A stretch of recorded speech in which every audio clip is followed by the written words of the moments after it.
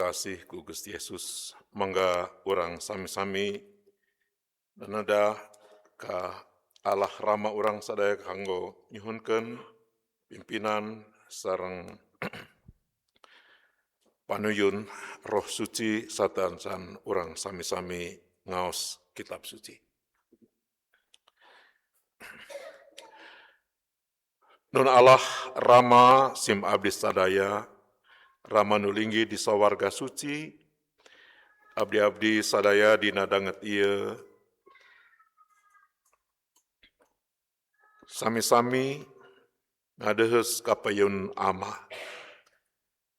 Abdi-abdi ngahaturkeun saewu nuhun wirehna ama parantos nang tayungan kahirupan abdi sadaya dina segala rupi kaayaan, dina segala rupi dinamika kahirupan di sabudeureun abdi-abdi sadaya.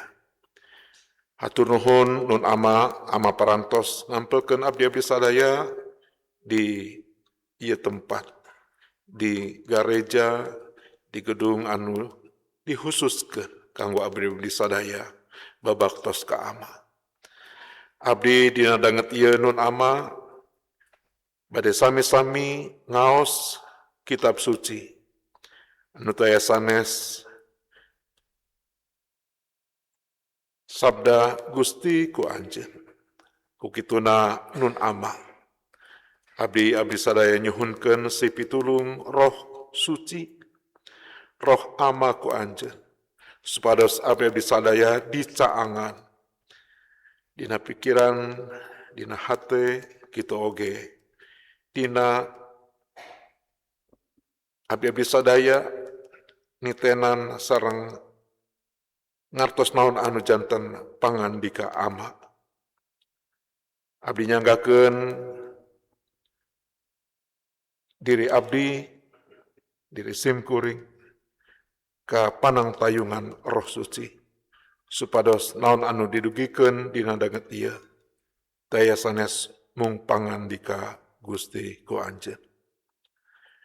Nun Allah rama siama abdi nyanggakeun paneda ieu dilebet Gusti Yesus Kristus Putra Ama anu nunggal. Amin.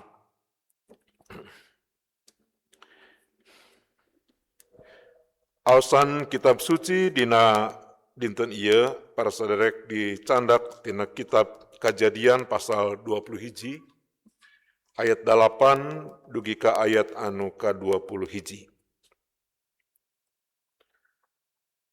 Kejadian pasal 21 ayat 8 dugi ka ayat anu ka-21.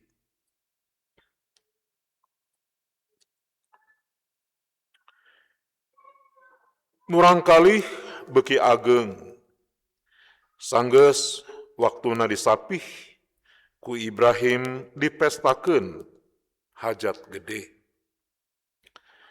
Dina hiji poe Ismail putra ti Hajar urang Mesir ameng jeung Ishak putra ti Sarah anak katingali ku Sarah seug Sarah sasauran ka Ibrahim. Hajar teh sareng anakna tundung bae. Anakna ulah dipasihan warisan naon-naon.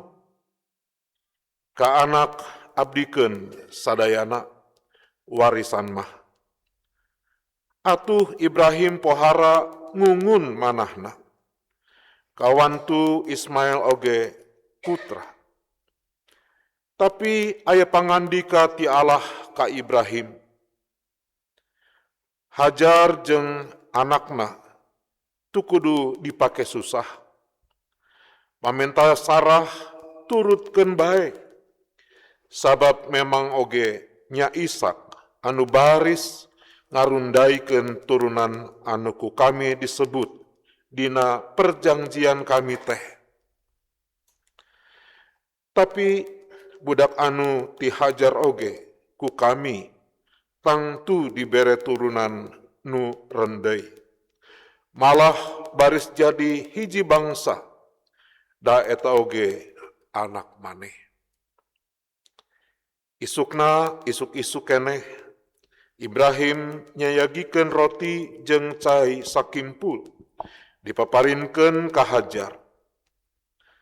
Ismail ku anjeunna dipangkon, tuluy disina dipunggu ku Hajar, sarta Hajar dijurung laku. Hajar miang, satuluyna kasasar di tanah gurun Berseba. Barang cai bekelna geus beak pisan, sot Hajar ngecagkeun Ismail dihandapeun hiji rungkun, tuluy lempang ngajauhan.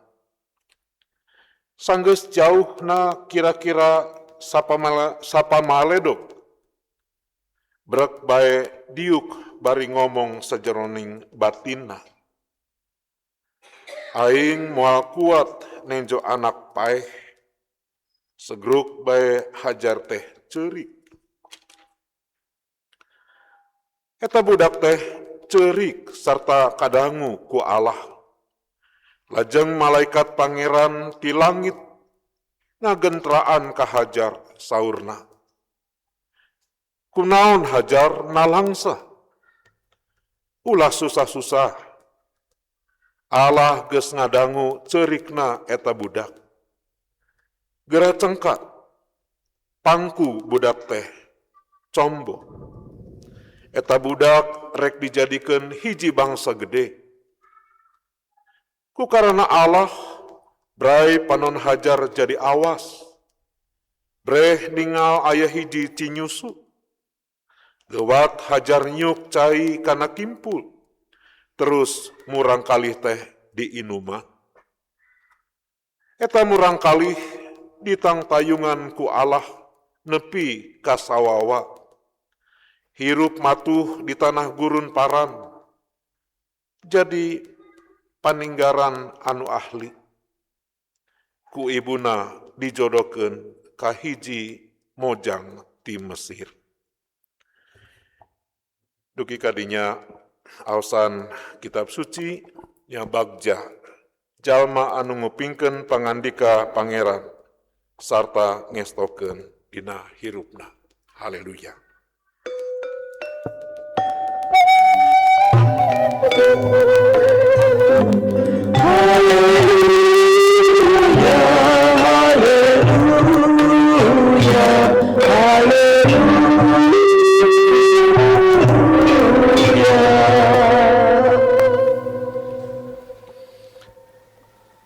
Para saderek anu dipikasih ku Gusti Yesus Kristus,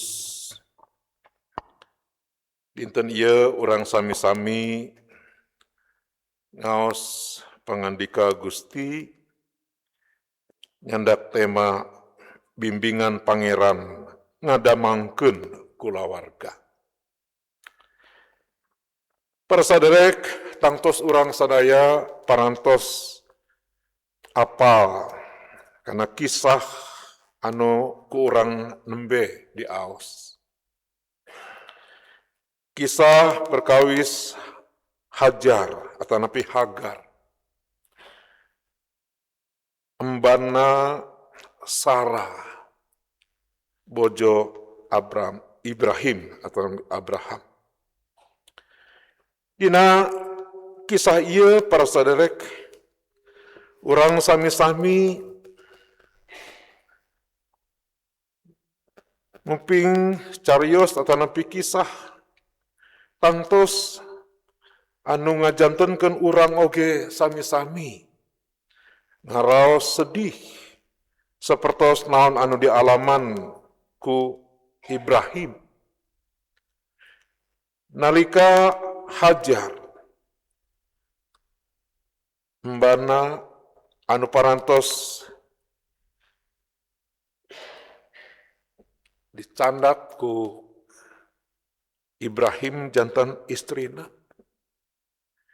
Jantan istri Ibrahim ku jalaran usul sareng saran anu disanggakeun ku Sarah ka Ibrahim. Urang tangtos ngauninga kisah anu sateacana. Nalika Gusti nyaur ka Abram kanggo angkat di nagrina di tanah Haran kanggo ngajug-jug kahiji nagri anu bakal ditunjukkeun. Bade ngaberkahan sareng maparinan katurunan ka Abraham anu sakitu seueurna. Kita oge katurunan Abraham bade janten berkah kanggo bangsa-bangsa. Janji Allah ka Abraham bade maparinan katurunan anu seueur, anu rendai. 10 tahun Abraham ngantosan.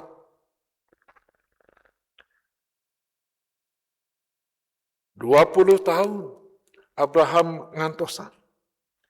Janji Allah kanggo maparinan katurunan teh tacan aya keneh wae. Sanaos Allah parantos sababaraha kali ngawartoskeun ngemutkeun rehna Allah bakal maparin katurunan nanging teu acan keneh wae. Kukituna Abraham tetap ngantos ka janji Allah, ngantos ka Allah anu bade ngagenapkeun janjina maparin katurunan. Nanging Bapak Ibu para saderek anu dipikasih ku Gusti Yesus, benten sareng Sarah rumaos yen umurna parantos 80-an. Hampir 80-an. Parantos teu aya kamungkinan tiasa ngandung jabang bayi dina rahimna. Sarah nyandak kaputusan anu pasti abot kanggo Sarah. Nyaeta ngusulkeun ka Ibrahim supados Ibrahim nyandak embana Hagar janten istrina, supados Hagar tiasa maparin murang kalih ka Abram anu sapertos dijanjikeun ku Allah. Tangtos Bapak Ibu para saderek, usulan anu luar biasa. Istri anu penuh pengertian.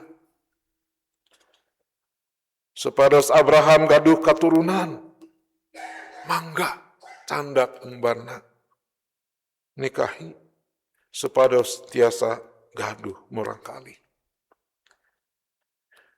Bapak Ibu para saderek anu dipikasih ku Gusti, tangtos Ibrahim atau nampi Abraham nampi eta usul, tangtos reubas, tangtos kaget. Tapi kujalaran Ibrahim oge sakitu asihna ka Sarah, tangtos Abraham oge ageung harepanana ngagaduhan katuruna. Kukituna Abraham teu tiasa teu sanggup nolak panyambat istrina Sarah kanggo nyandak embana janten istrina supaya tiasa naparin murang kalih ka Abraham. Para saderek anu dipikasih ku Gusti Yesus, sanaos dina kisahna mung dipaparkeun pendek ceritana, tetapi pasti kanggo Sarah atau nepi Abraham, ia jantan pergumulan anu abot, masalah batin anu luar biasa. Nanging para sederek, naon anu jantan usul Sarah teras ditampi ku Abraham atau Nabi Ibrahim nyandak mibojo Hagar. Telami Hagar ngagaduhan putra, lahirlah Ismail. Bapak Ibu para saudara anu dipekasih ku Gusti Yesus, tangtos anu janten kaputusan Sarah sareng Ibrahim ngalakonan hirup sapertos kitu. Nyandak Hagar janten istri Ibrahim atau Abraham. Tangtos eta henteu sapuk sareng naon anu janten janji Allah ka aranjeunna. Kaputusan Sarah sareng Abraham nyandak Hagar janten istrina supados tiasa maparin murang kalih daya sanes dumasar ka pertimbangan manusia, ka pertimbangan naon anu janten pertimbangan manusia unggul.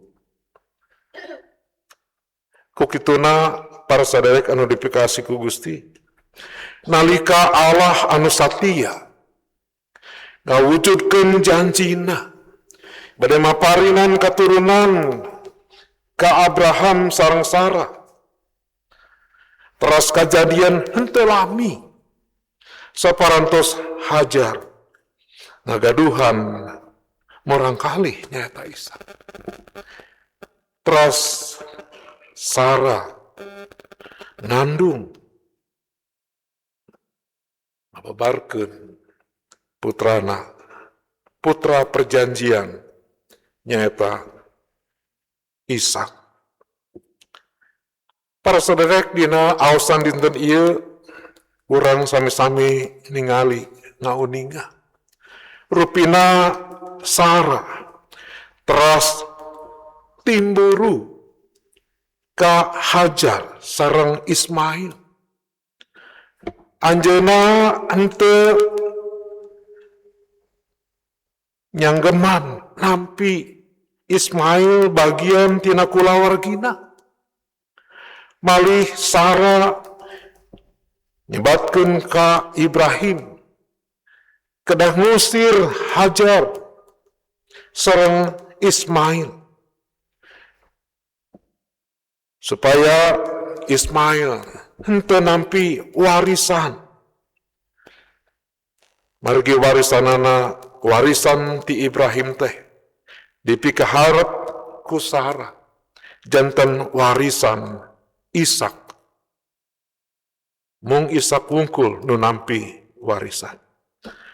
Para saderek anu dipikasih, nangtos anu disanggakeun ada disajikeun dina aosan ieu. Urang tiasa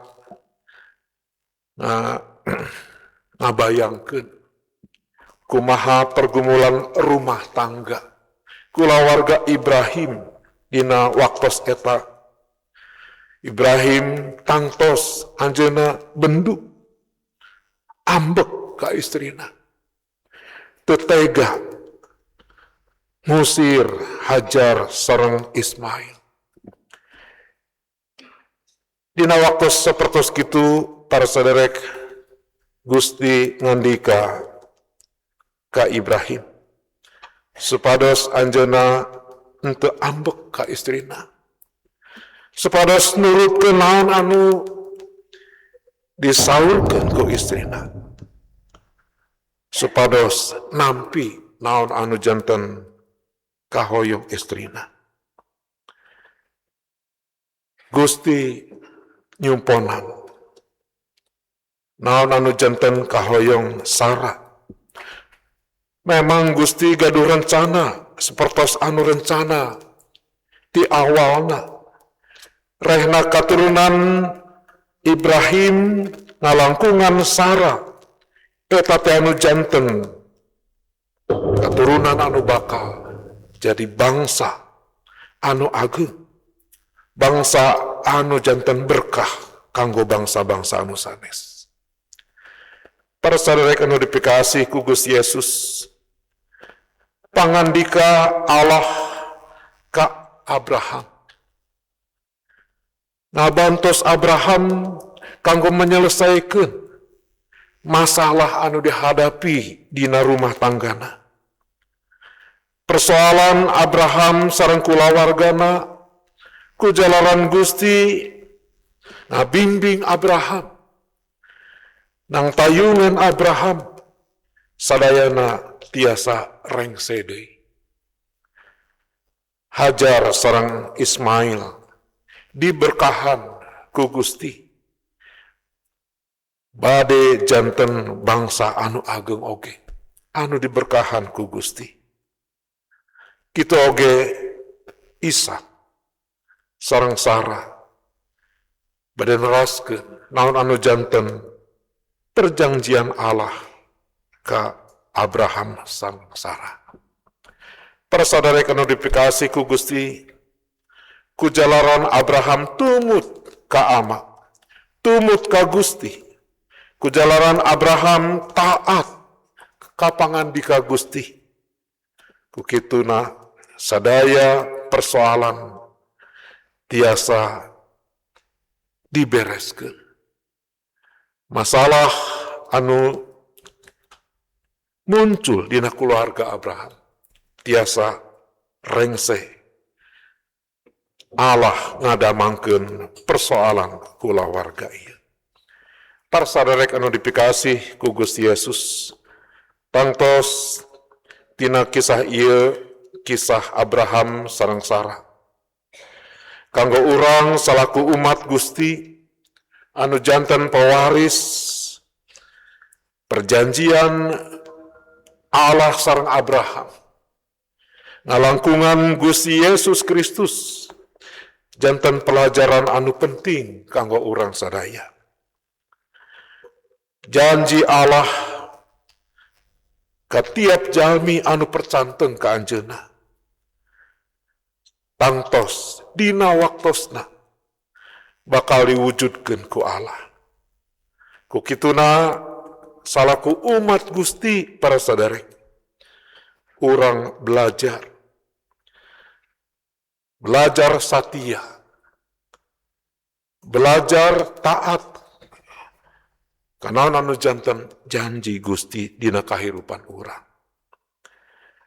Pengalaman Ibrahim sareng Sarah anu nyanda kaputusan anu henteu sapuk sareng pangersa Gusti ngamunculkeun permasalahan dina kulawargana. Kita oge tangtos upami urang salaku umat Gusti di zaman kiwari, urang nyanda kaputusan anu henteu sapuk sareng pangersa Gusti, tangtos urang oge percanten kaputusan anu henteu sapuk sareng pangersa Gusti, tangtos bakal ngawujudkeun atau bakal ngalahirkeun permasalahan dina kahirupan urang sadaya. Bau kahirupan pribadi, bau kahirupan kulawargi, bau kahirupan jamaah, kita oge dina kahirupan di tengah-tengah masyarakat. Para sadaya anu dipikasih ku Gusti Yesus Kristus, tangtos kanggo urang anu ngantosan janji Gusti, miharep janji Gusti, atanapi anu ngagaduhan pangharepan ka Gusti, urang kedah tetep satia kana pangharepan di lebet Gusti. Urang tekenging tekedah nyanda kaputusan anu henteu sapuk sareng janji ti Gusti. Margi pasti bakal ngalahirkeun masalah kanggo urang sadaya. Tangtos urang dina mayunan segala pergumulan, dina ngawujudkeun segala rupi pangharapan di lebet Gusti Yesus, tangtos henteu gampil. Kukituna mangga urang sami-sami nyanggakeun segala rupi kana sih pitulung ti Gusti. Kana sih pitulung Roh Suci anu kersanang tayungan urang, maparin kakiatan, maparin caang dina kahirupan urang sadi dinten. Para saderek anu dipikasi ku Gusti, mangga urang sami-sami nampi pangadik ka amat di segala waktos supados urang tetap tigit dina pangharapan ka Gusti sareng dilebet Gusti Yesus. Mugia Roh Suci nang tayungan urang sadaya. Amin.